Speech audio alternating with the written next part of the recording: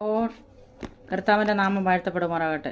മരണം എന്താണ്? മരിച്ചു കഴിഞ്ഞാൽ മനുഷ്യൻ എവിടെയാണ് പോകുന്നത്? മരണം ഉറക്കം പോലെയാണ് 90:5 സങ്കീർത്തനം. മരണം നിദ്ര പോലെയാണ് ആവർത്തനം 31:16, യോഹന്നാൻ 11:11. ഭൗമഭവനമായ ശരീരമെന്ന കൂടാരം വിട്ടു പിരിയുന്നതാണ് മരണം. 1 കൊരിന്ത്യർ 5:1-2, പത്രോസ് 1:14. മരണം എന്നത് വിട്ടുപിരിയലാണ്. 2 കൊരിന്ത്യർ 5:1, ഫിലിപ്പിയർ 1:23. മരണത്തിൽ പൊടിയായ മണ്ണുകൊണ്ടുള്ള ശരീരവും ദൈവം നൽകിയ ആത്മാവും വേർപെടും. സഭാപ്രസംഗി 12:7. പൊടി മണ്ണിലേക്കും ആത്മാവ് ദൈവത്തെങ്കിലേക്കും പോകും. സഭാപ്രസംഗി 12:7. മരണം ആത്മാവ് പ്രയത്നങ്ങളിൽ നിന്ന് വിശ്രാമത്തിലേക്ക് പോകുന്നതാണ്.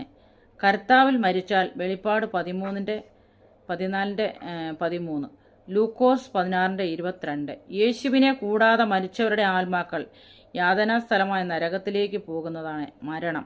ലൂക്കോസ് 16:23. നമുക്കൊന്നിച്ച് കൈകോർത്ത് സുവിശേഷ വേലയിൽ വ്യാപൃതരാകാൻ ദൈവം സഹായിക്കട്ടെ. ഏത് സമയത്താണ് നമ്മുടെ ജീവിതത്തിൽ മരണം കടന്നു വരുന്നതെന്ന് അറിയത്തില്ല.